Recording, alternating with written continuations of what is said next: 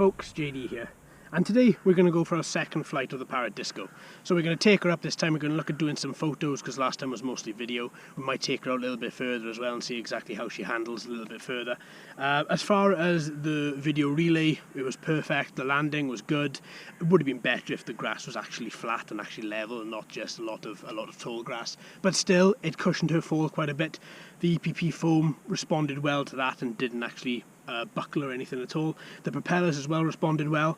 I'm going to be ready this time for when I press the on and off button for her to actually fight against me, so I can just throw her up in the air. It's a little bit like a frisbee when you throw her. That's the first thing I got from it, is that you throw it up like a frisbee and then it just takes care of itself. So I think what we're going to do this time is just take her up. We're going to have a bit of fun. We're going to see exactly what she's like on this beautiful little morning where there's just no wind, and yeah, see exactly how she does. So with that, folks, please join me.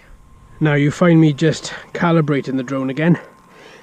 It turns out that either there's a very high magnetic field in this field or something just doesn't like this drone. Just if you leave it for a little while, it falls out of calibration.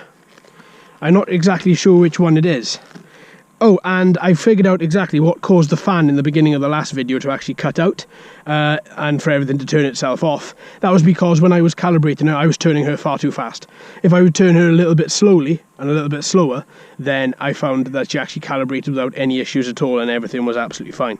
So with this, what we're going to do is we're going to move her around.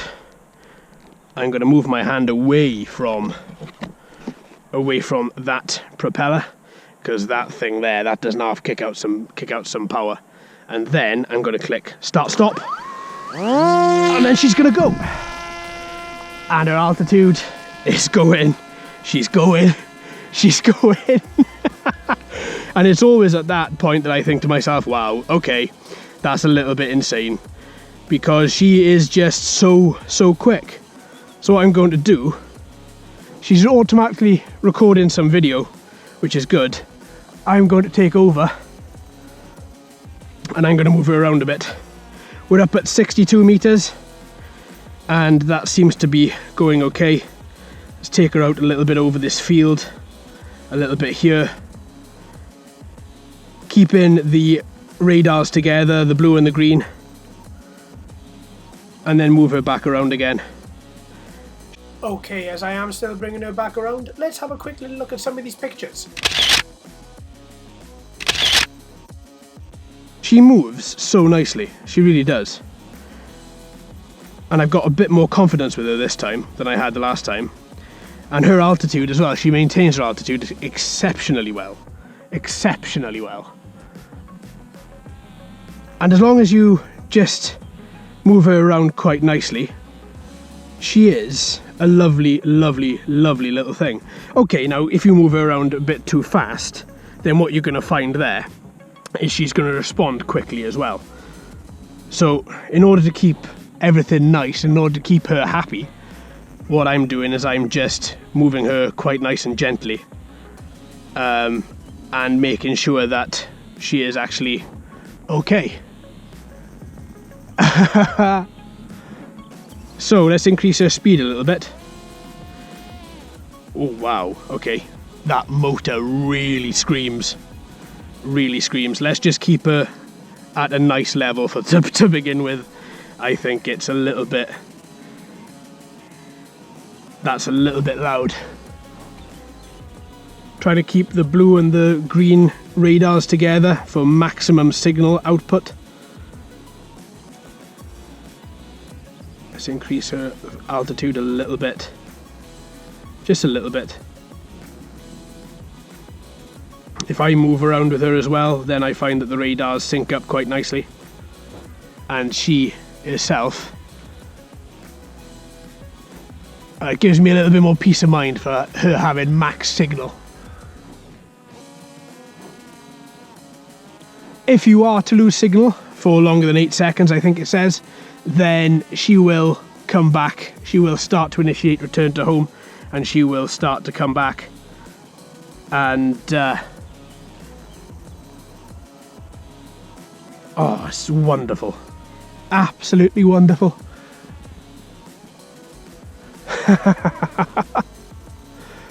Yeah, very, very good. Very, very good indeed.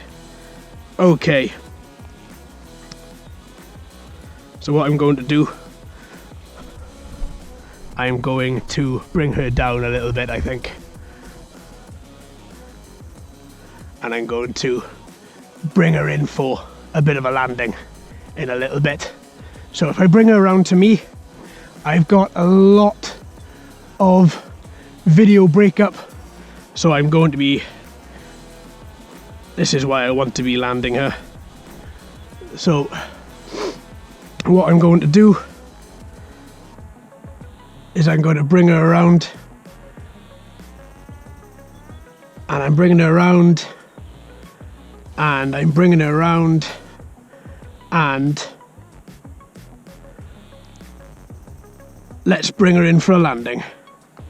Linear landing, and then you'll see the motors just fly, and then she just literally comes in for a nice landing. Should be a nice landing. There we are, she's hit a tree. But that's to be expected at this particular level. Well, I found it. It was in a tree. It wasn't too hard to get out either, because fortunately the way that it actually entered the tree, it was literally sitting on a great big branch.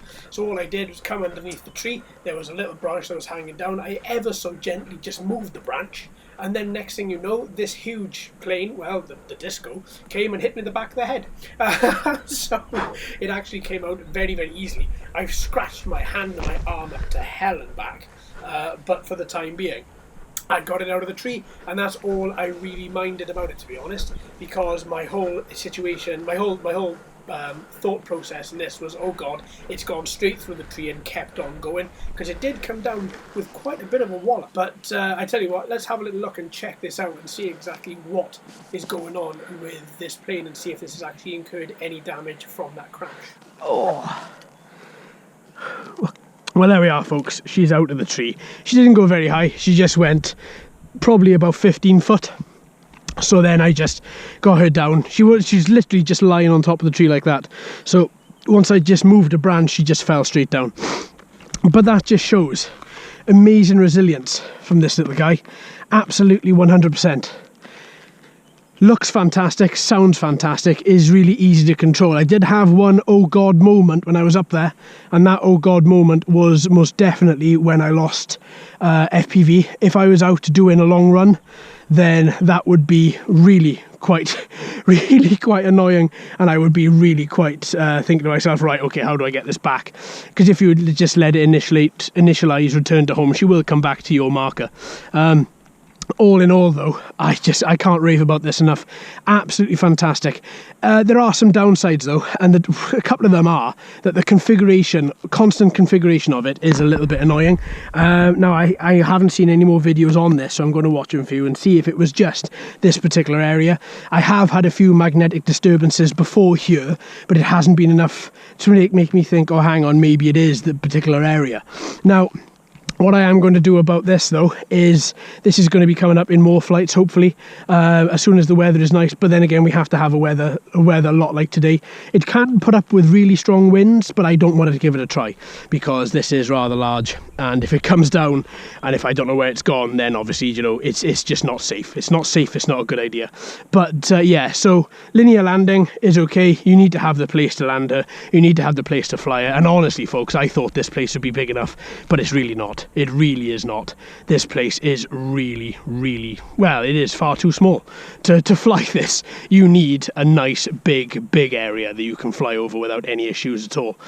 So there we are, folks. I hope you've enjoyed. Thank you ever so much for watching and listening. I've been JD. You've been fantastic as always. If you haven't already, please like and subscribe. Hello and welcome to all the new subscribers. I hope you're enjoying the channel. So until next time, my friends, happy flying.